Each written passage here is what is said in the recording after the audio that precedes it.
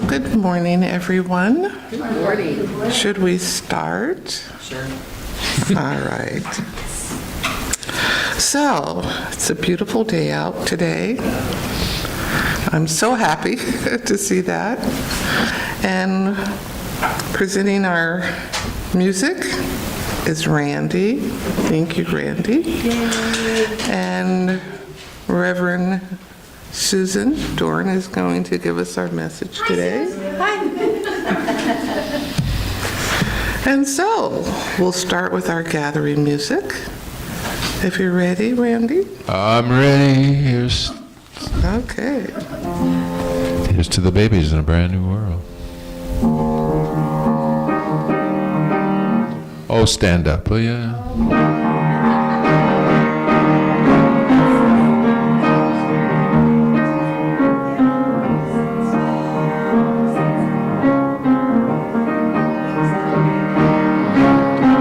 Here's to the babies in a brand new world. Here's to the beauty in the star. Here's to the travelers on the open road. Here's to the dreamers in the bars. Here's to the teachers of the sacred room. Here's to the workers in the field. Here's to the preachers of the sacred word. And here's to the drivers at the wheel. Here's to you, my love, with blessings from above, let the day begin. Here's to you, my love, with blessings from above, let the day begin. Here's to the doctors in their healing work. Here's to the loved ones in their care. Here's to the strangers on the street tonight. And here's to the lonely everywhere. Here's to you, my love, with blessings from above, let the day begin. Here's to you, my love, with blessings from above, let the day begin. Here's to the wisdom from the mouths of babes. Here's to the lions in the cage. Here's to the struggles in the silent war. And here's to the closing of the age. Here's to you, my love, with blessings from above, let the day begin. Here's to you, my love, with blessings from above, let the day begin.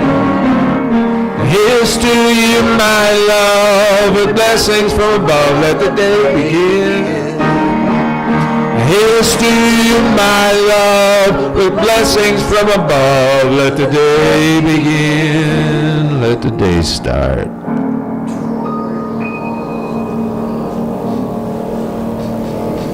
Thank you. Thank you. Thank you. It's beautiful. And it is now time for the lighting of the Christ candle. And this is just a reminder of the Christ light that's within all of us at all times.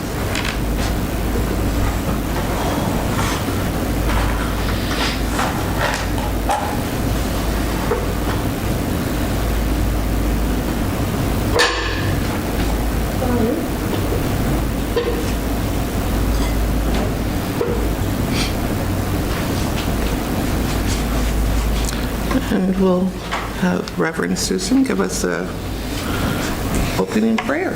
And I invite you to either close your eyes or just gaze upon this Christ candle,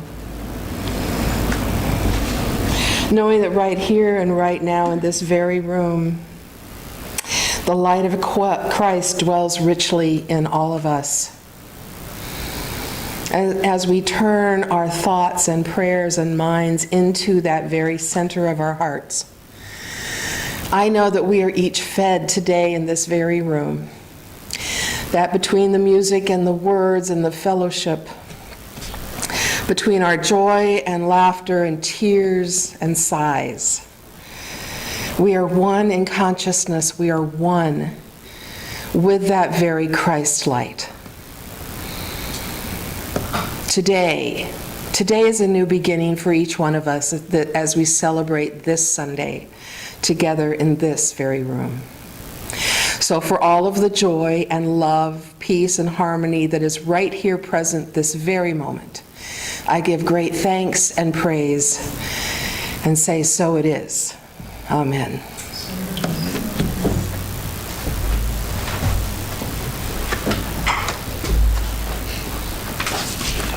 And we're going to have our congregational song, Imagine. And the words are in the bulletin. And we're going to do a verse and then the chorus and then the verse and the chorus. No. How's that? You go for it.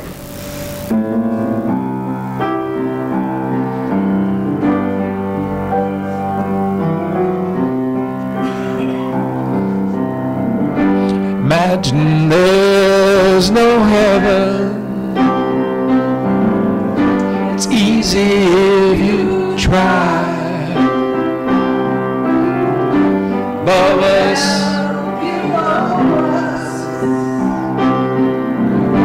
above us only sky. Imagine all the people living for today. You may say that I'm a dreamer, but I'm not the only one. Someday you'll join us, and the world will be as one.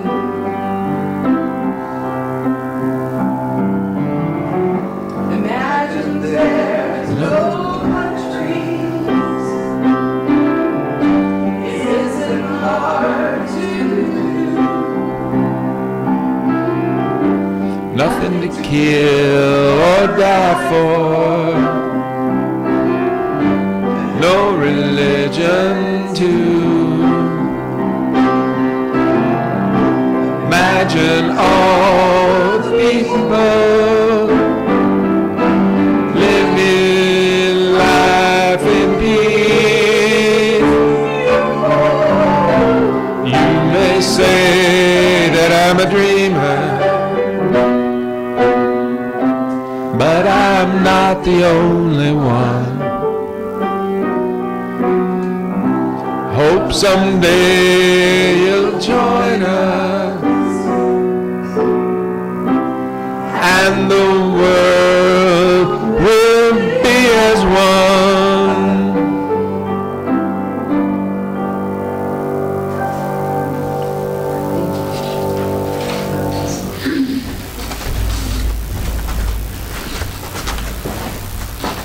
Thank you. It's beautiful. Okay, just a reminder of the prayer box. The prayer slips are in the pews, and you can either turn them in at the time we collect our offerings or put them in the back. I have discovered the prayer box, and so every week that I'm here, I've got a new prayer. And sometimes it's working. So I know that it will all work, but some sooner than others. And today they're collected to be sent back to Silent Unity. Okay, all right, thank you.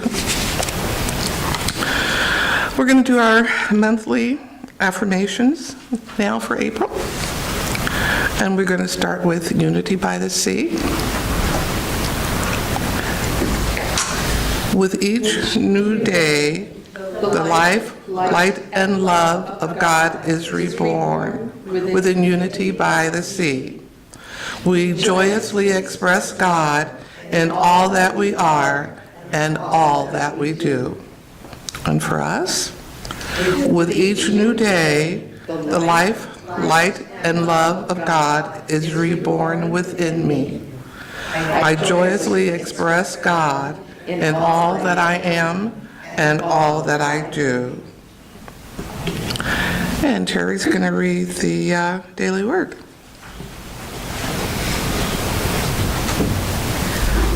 This is for healing. I praise and bless the life energy in my body and mind. Unity co-founder Myrtle Fillmore's healing from serious illness led to the founding of the Unity Movement. She discovered that her intelligence could guide the life energy in her body. She wrote, "I began to teach my body and got marvelous results." Speaking words of strength and power, Myrtle praised the life in every part of her body. She prayed, asking for strength to think only kind, loving, and sincere thoughts about her body. Myrtle refused to be discouraged when her progress seemed slow. Eventually, in 2 years, she realized wholeness. Following Myrtle's example, I release all thought of weakness or disease. In steadfast faith, I praise and bless the life energy in my body and mind. I realize wholeness. Luke 8:48, he said to her, "Daughter, your faith has made you well. Go in peace." Thank you, Terry. And now we'll have a selection by Randy.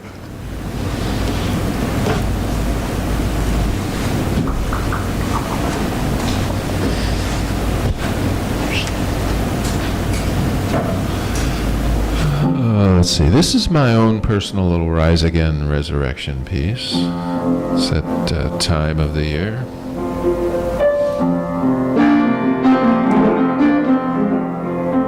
I'm hearing sounds I never heard before. Take a breath I never smelled before, and I'm afraid, yes I am, like I've never been before. Having thoughts I never thought before. Watching years go out the door.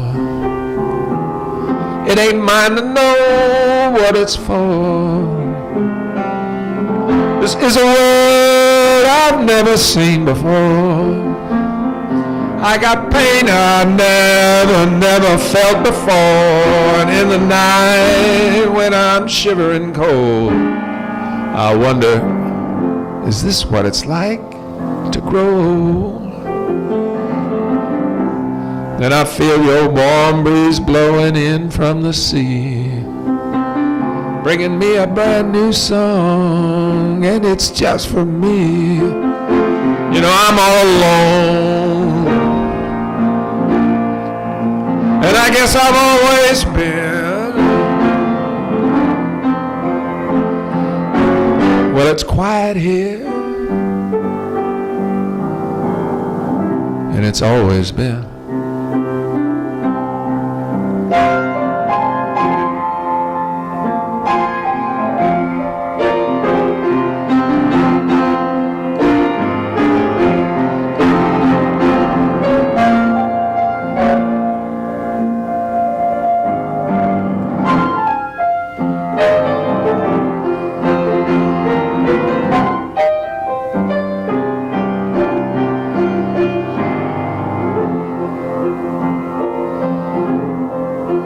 This is a world I've never seen before.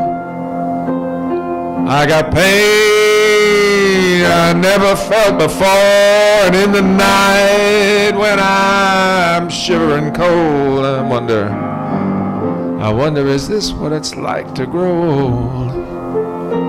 And then I feel a warm breeze blowing in from the sea, bringing me a brand new song, and it's just for me.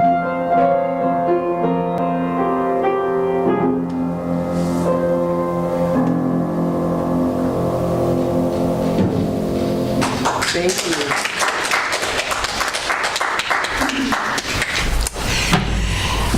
Randy, you did it again. That was like so perfect. You know, I can sit down now. But I'm not going to. Because who knows what else is going to come out of this body called Susan. Thank you so much. That's beautiful. First of all, I want to thank all of you for being here today for many reasons. First of all, I get to talk to you.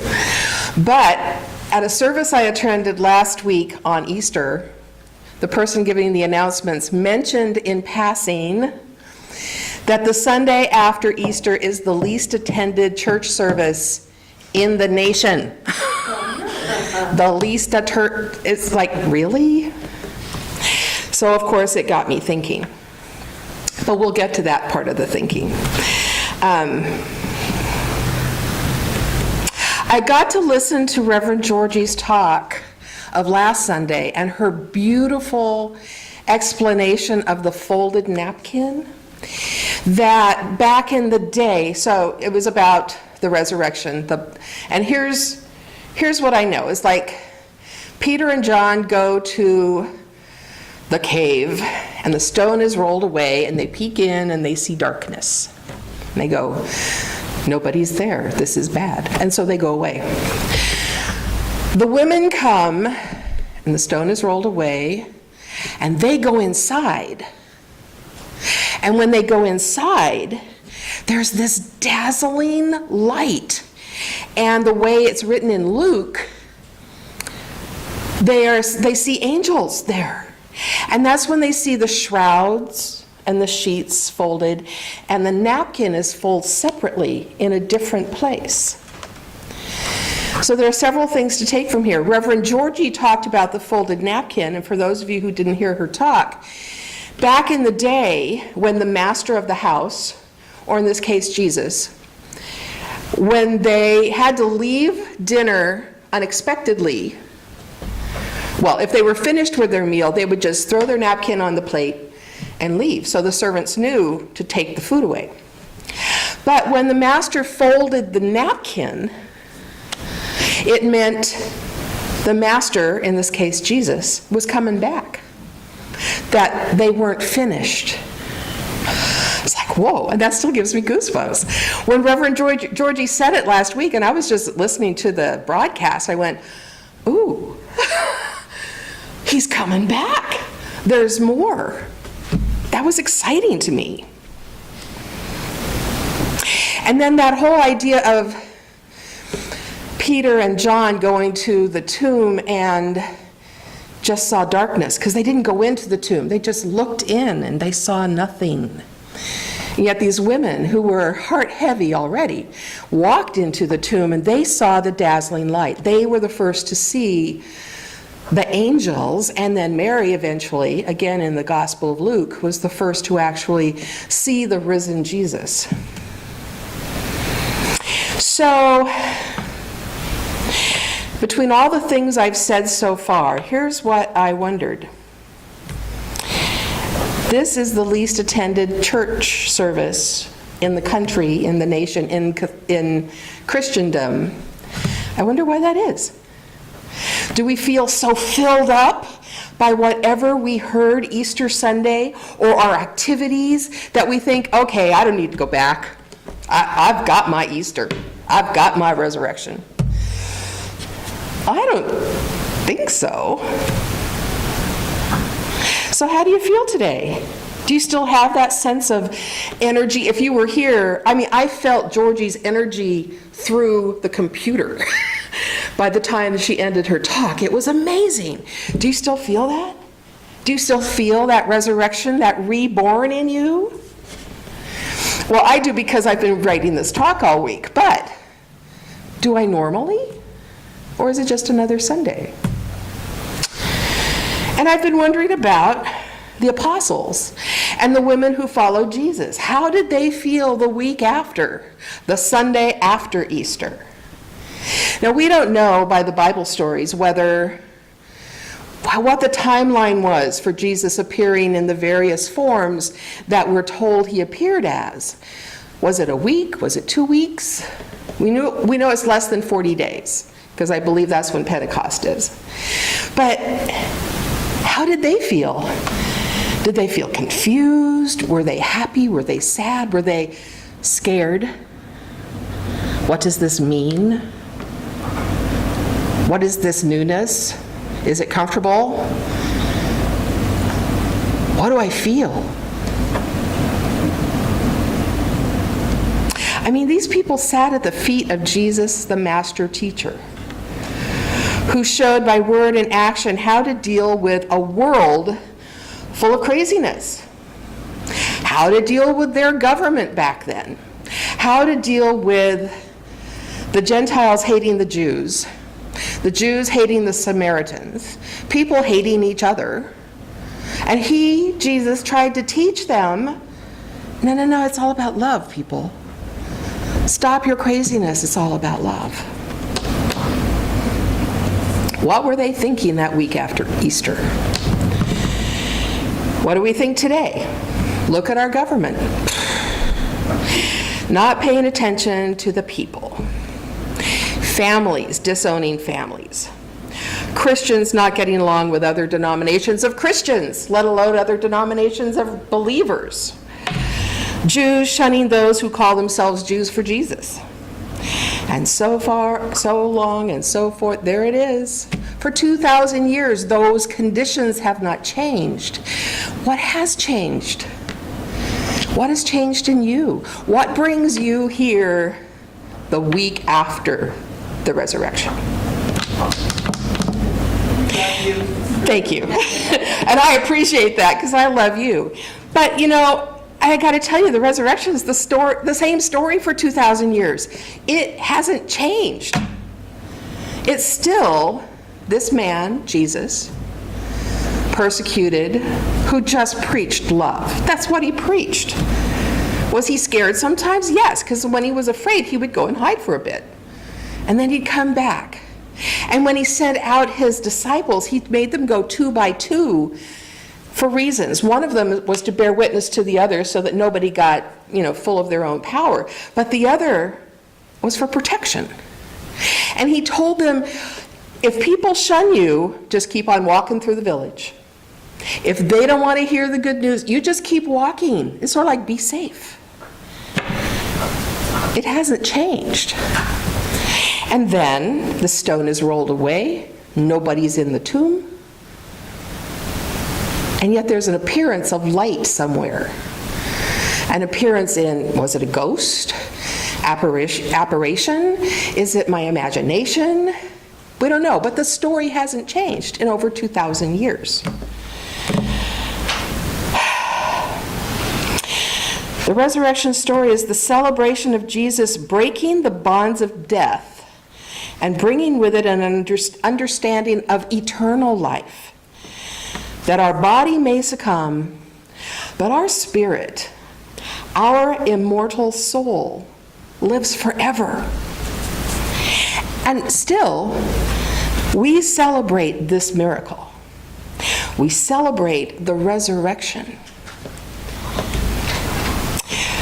Phillips Brooks, who happened to be an Episcopal minister back in the late 1800s, and who happened to have written the lyrics to O Little Town of Bethlehem, he wrote this: "Let every man and woman count himself immortal. Let him catch the revelation of Jesus in his resurrection. Let him say not merely, 'Christ is risen,' but 'I shall rise.' I shall rise. I will feel that warm breeze from the sea and be reborn." So my story I always try to tell you a personal story so you realize I'm real, I'm not Memorex. I have 2 stories of experiences on the Sunday after Easter that changed my spiritual life. The first one, I went to University of Portland, which is a Catholic college, and I was an unchurched, probably Protestant person, naive as all get out about religion. Totally. And we were required to have 3 semesters of theology and 3 semesters of philosophy, and I had no idea what that was. I was very naive. Now, I had learned Bible stories as a kid, and I'd learned the songs. I learned those things, but who knew what this theology was going to be? And the first class we had to take was Religions of Man. And the Religions of Man book was a paperback book, smaller than this. And it was an inch thick. And it went through 10 of the greatest religions in the universe in a paperback book this thick. Buddhism got 12 pages. Catholicism got 10. I guess they separated Catholicism with the rest of the Protestant world. Taoism got 3. Confucianism, it was mentioned. And this was my first introduction to world religions. And it was taught by Father Lombardo, an older gentleman who's, was probably what my age is now, but a firm devout Catholic. And if anybody in the class disagreed with him or had a point about a different religion, he snapped them down. He told them what he knew. Catholicism was the way. I was like, okay. So I read the book and I kept very silent because I was very shy back then. And then when I was a sophomore, my very, very, very dear friends invited me to go to church with them. And I thought, on Easter Sunday, and I thought, okay, I love them. They seem to be really wonderful people. I enjoy that. I can go to Easter with them. So I walked into this room. First two things I noticed. There were at that point, when I was like 19, 20 years old, there were very old people, like my age now, and very young people who were like 3 and 5. And they held hands, and they hugged each other. And the room was filled with joy and love. It was phenomenal. And no one was dressed like the people I'd seen in church. They wore flowy skirts. Some of the men were in jeans and a nice shirt. I mean, it was casual. And then there were women in beautiful hats and decked out to the nines, and it didn't matter. It didn't matter. It's like, this is so cool. And there was music and speaking, and then this thing called tongues. I didn't know what that was, but here I am for a new experience. I'll just go with the flow. And they talked and they prayed and they sang, and 2 or so hours later, it's like I got to go home, but I was filled with this joy. And at the end of the service, they said, anyone who wants to be baptized, we're doing a baptism next week, the Sunday after Easter. And I went, well, I've never been baptized. I'll do that. Because I was filled with something. Oh, Lordy. And it was a public baptism. It was not sprinkling water on your head or a little cross. No. It was into the water at the forecourt fountain across from what is now the Keller Auditorium. I mean, we're talking public. People were there picnicking. And me and a bunch of other people, we are getting dunked into this water. And I got to tell you, I have always had this fear of my face going in the water. So I'm going, okay, I can do this. And they dunk you backwards. Great. I'm going to die. So there were pictures before and after, and my before picture was determination. It was a determination face. It's like, okay, God, you're not going to let me die, right? And the after picture was, and they're holding my hands up, and there's this great grin on my face. And you know what I was thinking? You didn't let me die.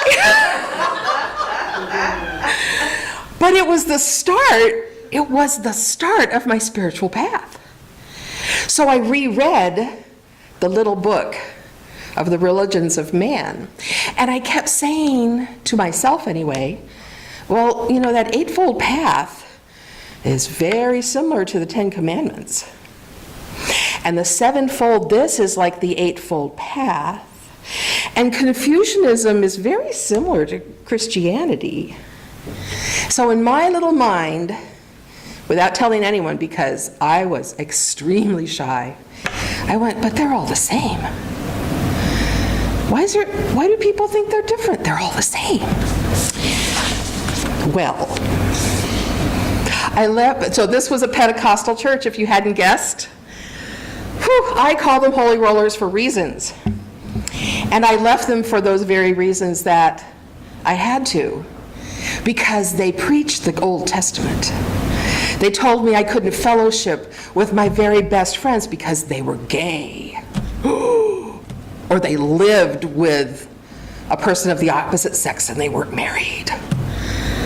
So this shy little person, who's now on a spiritual path, though I didn't realize it till this week, said to these two powerful ministers, doesn't it, when they were telling me I have to stop conversing with these people, I said, doesn't it say in the Bible to remove the mote from your own eye before you look at the speck of your brother's?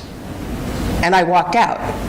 Little shy Susan, who was so thrilled by this church that looked like it was preaching love and all of this other stuff, not my kind of love, not my kind of peace, not my kind of Christianity, nope. So I stopped going to church again. I just figured, oh, they're all just hypocrites. Many years later, 6 or 7, my very, very best friends at that time said, Susan, you've got to come to this church. Okay. Now, their minister had just died the day before Easter, but my friends were there on that Easter Sunday. And it was for the Sunday after Easter they asked me to join them. But their minister just died. Okay, I'll go. I love these people. I'll go. I'll try them out. So I walked into this room, and people are dressed casually, and there are old people and there are young people, and the room is filled with love and hugging and beautiful music. The soloist was my friend from the opera chorus. I went, this is really cool, but I've gone through this before.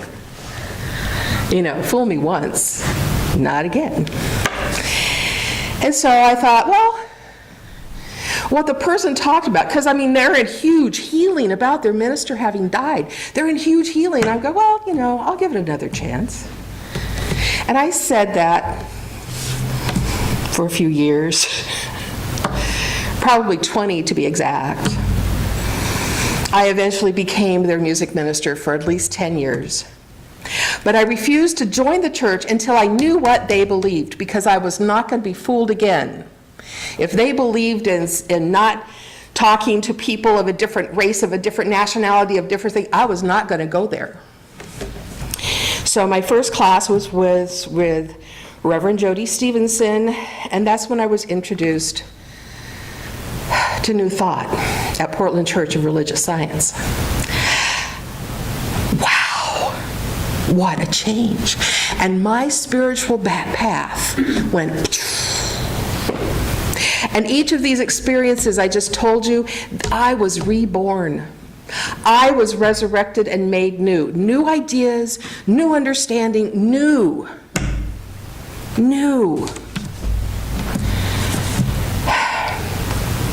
How we live each and every day as we look back on our lives. Think about it sometime. What was that first inkling that unity taught what you believed? That New Thought taught what you had always believed in your soul. But none of those other churches necessarily followed that path exactly. What did your soul cry out for? I think it called out to a path that would lead you to reveal your own immortal soul, your own God self.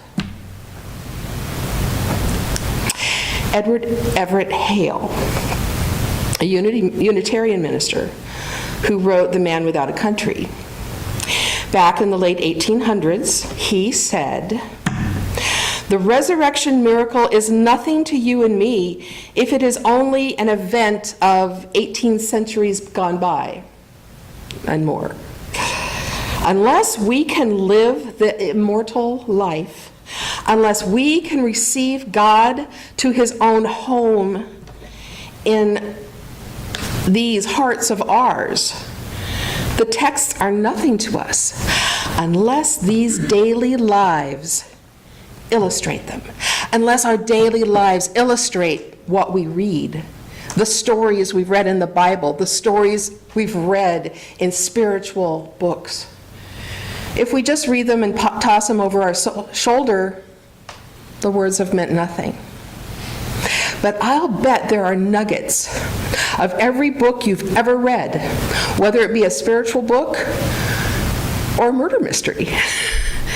There's some nugget that has touched your soul and went, oh, I believe that.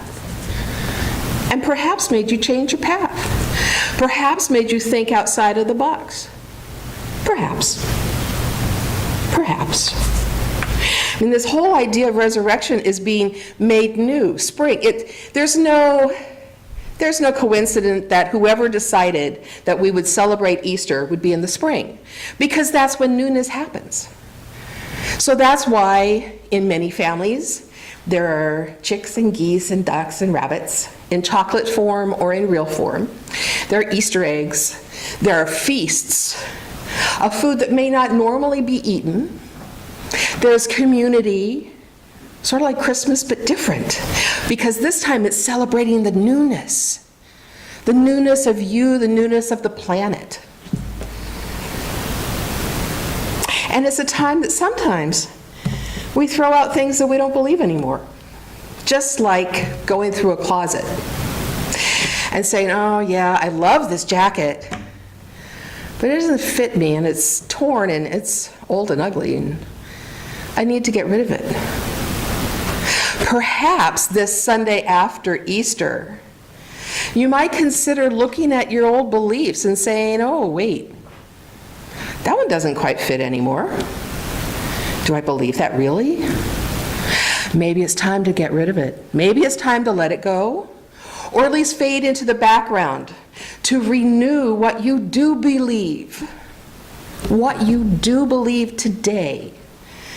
Because it's probably very different than what you believed when you were 10, or 15, or 21. Allow yourself to be resurrected, to be made new. That's what that whole energy of Easter is about. And then a week later, it's like, okay, have we just gone back to the same rut? Okay, I didn't, because I was writing this talk, and my goal today is to say, can you make yourself new today in one area? One. If it's only accepting, every sunrise, I can choose differently. I can plan my day differently. Or I could not plan it at all. I could take another path for my walk. I could take a walk. Every day you have that opportunity. Every minute you have that opportunity to change your thinking, change your life. Every minute. Every day. And if you're happy with your life, me, the person who used to be shy and quiet, sing it out. Tell somebody what a beautiful day this is. And they go, yeah, but look at the sunshine. Okay, yes, it's more traffic down at the beach, but look at the sunshine. Listen to the birds. Look at that daffodil. Allow your joy to be spread. Allow your love to be opening for others, including yourself. So my friend Reverend Dave Luce has started writing essays. He's a minister down in Reno. And he wrote one called Dissolving into Wholeness. And he says, in science, when one thing dissolves into another, it is called a solution. I'm going to read that again because I loved that. When one thing dissolves into another, it is called a solution. And so it is with our consciousness. The solution to our being comes by dissolving what we think we are into what we really are. Heirs to immortal mind. Dissolving exposes reality in us. Dissolving makes us truly whole. Dissolving certifies the Christ as us. The Christ as us. Dissolving is letting go of things and beliefs and ideas, attitudes that no longer serve us. Just because we're used to saying yes to something doesn't mean we really believe it. And the same is true for no. Just because we say no to something we've always said no to doesn't mean that that's really our truth today. Today, I invite you to expose your real self, your Christ self, your resurrected self. Day by day, moment by moment, see and experience the wonder of real miracles that happen all around you. Some of those miracles happen in the face of tragedy.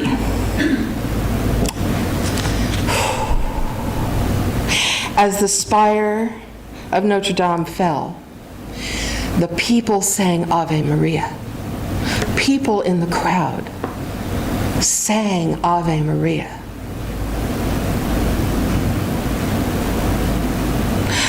When a synagogue was met by fire, people firing at them, mosques opened their doors to them. As mosques were bombed, churches opened their doors to them. Faith believing that faith is faith.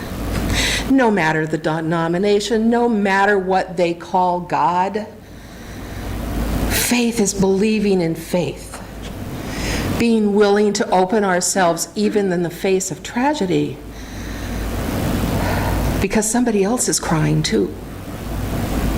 Someone else is hurt. Someone else needs your hug, just as you need our hugs. There's no difference.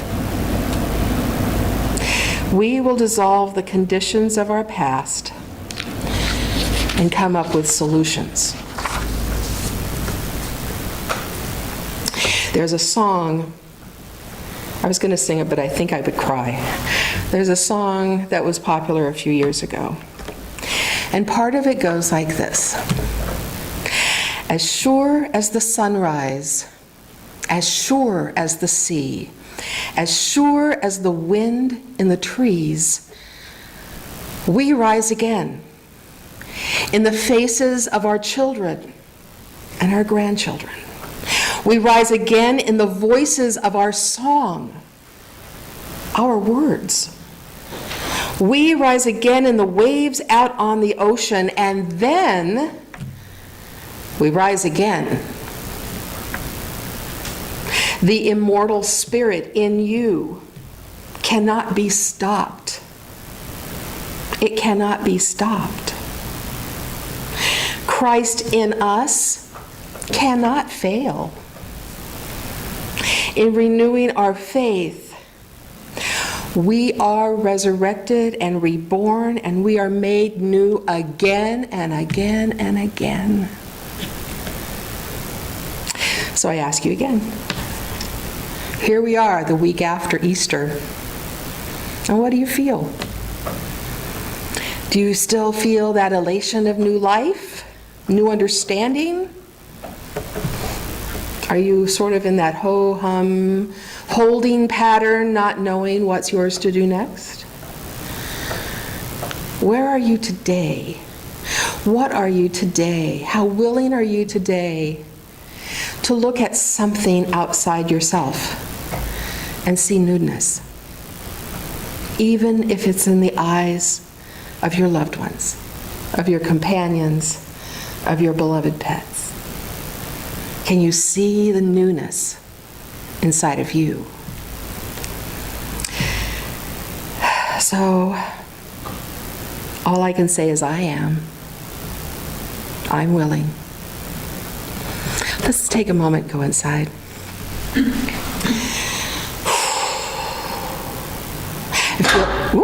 Feel your feet on the floor, nice and firm on that firmament, supporting you, holding you. And take big, deep breaths in and out. Fill your body with that air that has no beginning, no end, just is. Let your shoulders relax and just keep breathing for a moment. Just keep breathing.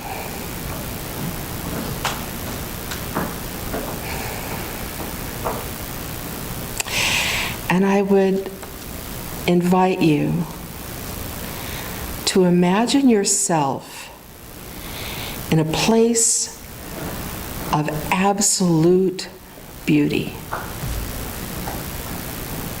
Absolute beauty.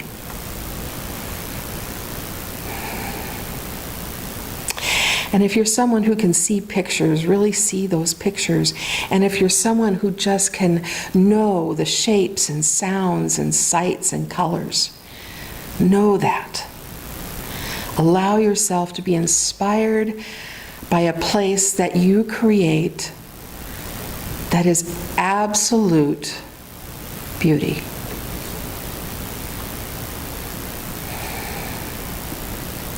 And put yourself in that place.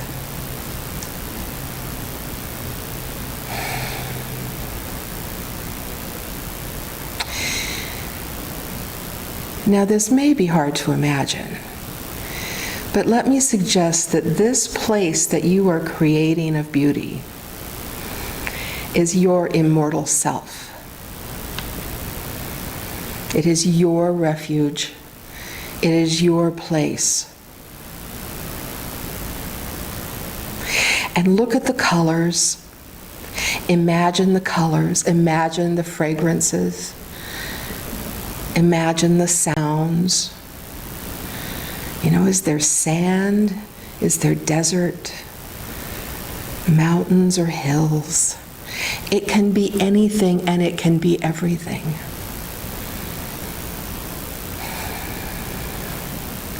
And as much as possible in these few moments, allow it to come alive in your imagination, alive in your vision of your immortal self,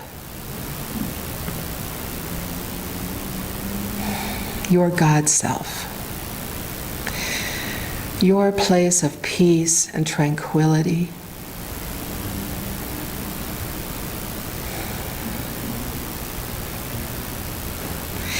And I want you to know that you could return to this place anytime you close your eyes. You can come here to shed tears or laughter, anger and hurt. And the thing about this place in your very heart, in your very soul, is that it loves you no matter what. No matter if you change the colors, no matter if it's in black and white. This is your place of absolute divine love, God love, Christ love. And it is your retreat. It is your place of newness. You can go to this place and try on new ideas, just as you would try on a new jacket. And it's yours uniquely.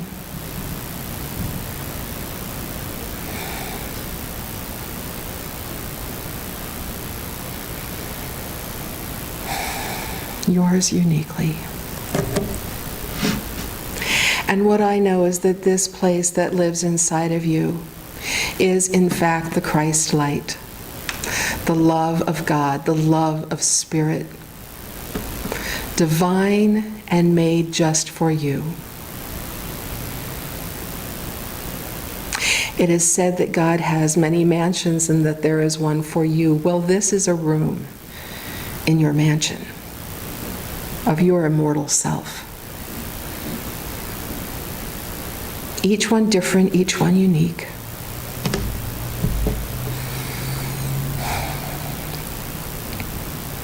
And now we're going to leave the room for a while. And you can lock it if you want, or you can just leave it wide open, because it's only yours. It is only your place. And come back and continue to be conscious of your breathing. Deeper, fuller. Allowing air to let out of your body and take it back in. Allow yourself to feel your feet are still planted on the floor. And at your own time and at your own willingness, I invite you to come back to this room. And if you're willing, you can look at each other and smile and know that everyone has a room. Or you can just stay to yourself in the quietness and in the joy. This Sunday after Easter, you have created something new that's only yours. And I bless you all, and I love you all. Amen. Amen.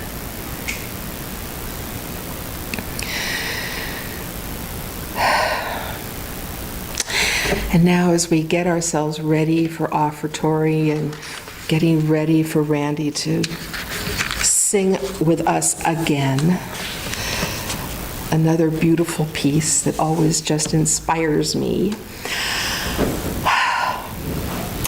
And as we get ready to speak our prayer of offertory, I suggest that whether you give something today or have already given it or whatever, I invite you to put your hand over your heart, because that's what you give to this church.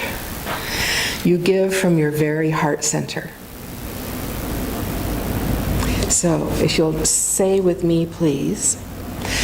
Divine love through me blesses and multiplies all that I am, all that I have, all that I give, and all that I receive. So it is.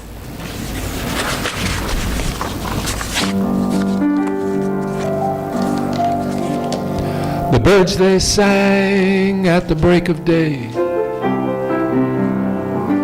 Let's start again, I heard them say.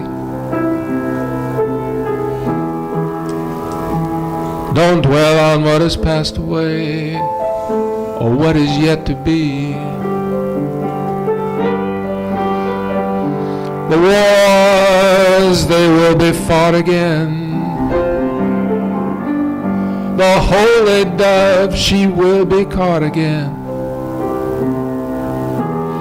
Bought and sold and bought again. The dove is never free. So ring the bell that still can ring. Forget your perfect offering. There's a crack in everything. That's how the light gets in. That's how the light gets in. We ask for signs. The signs were sent. The birth betrayed and the marriage spent. And the widowhood of every government. There were signs for all to see. I can run no more with a lawless crowd, while the killers in high places say their prayers out loud. They've summoned up a thundercloud, and they're gonna hear from me. Ring the bell that still can ring. Forget your perfect offering. There's a crack in everything. That's how the light gets in. You can add up the parts, and you won't get the sum. Strike up the march, there'll be no drum. Every heart to love will come, but like a refugee. So ring the bell that still can ring. Forget your perfect offering. There's a crack in everything. That's how the light gets in.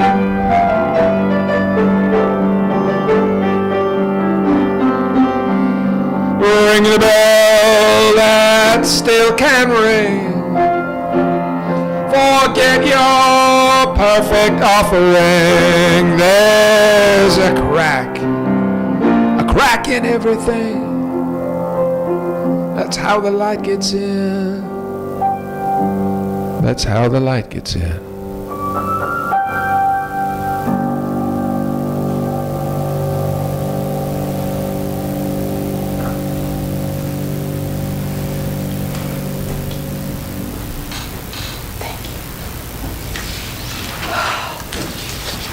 Once again, you wow us with your music and your insights.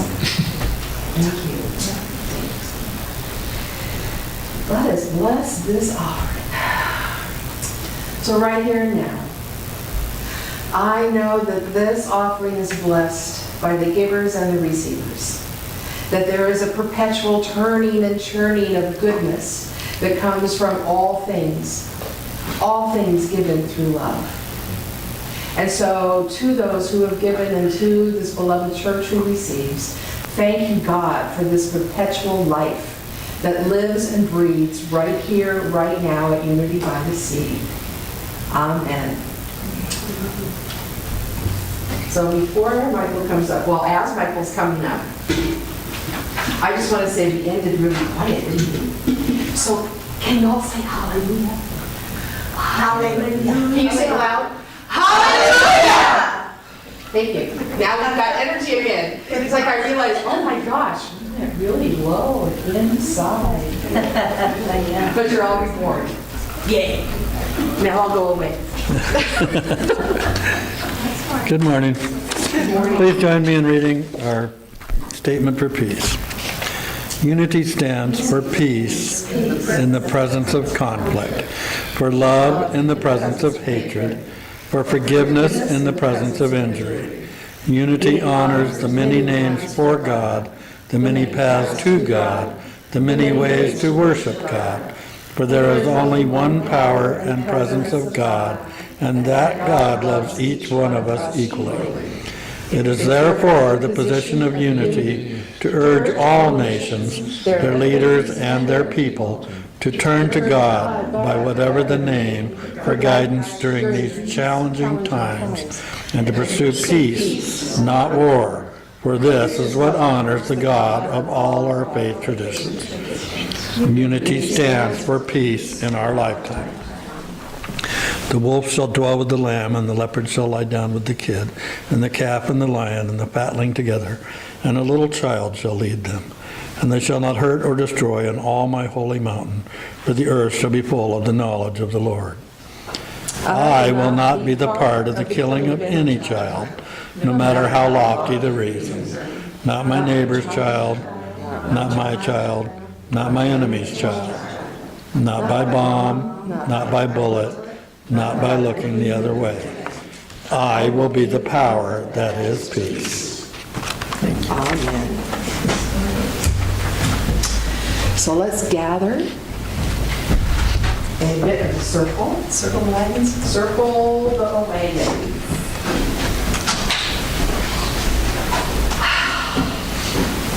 The short wagon.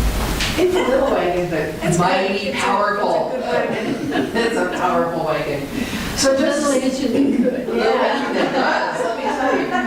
So for just a few moments, if you want to say into this circle that is filled with peace and love and kindness and holiness and all that, those names of people or places or locations that you want a special burst of God's love, I invite you to do that now. And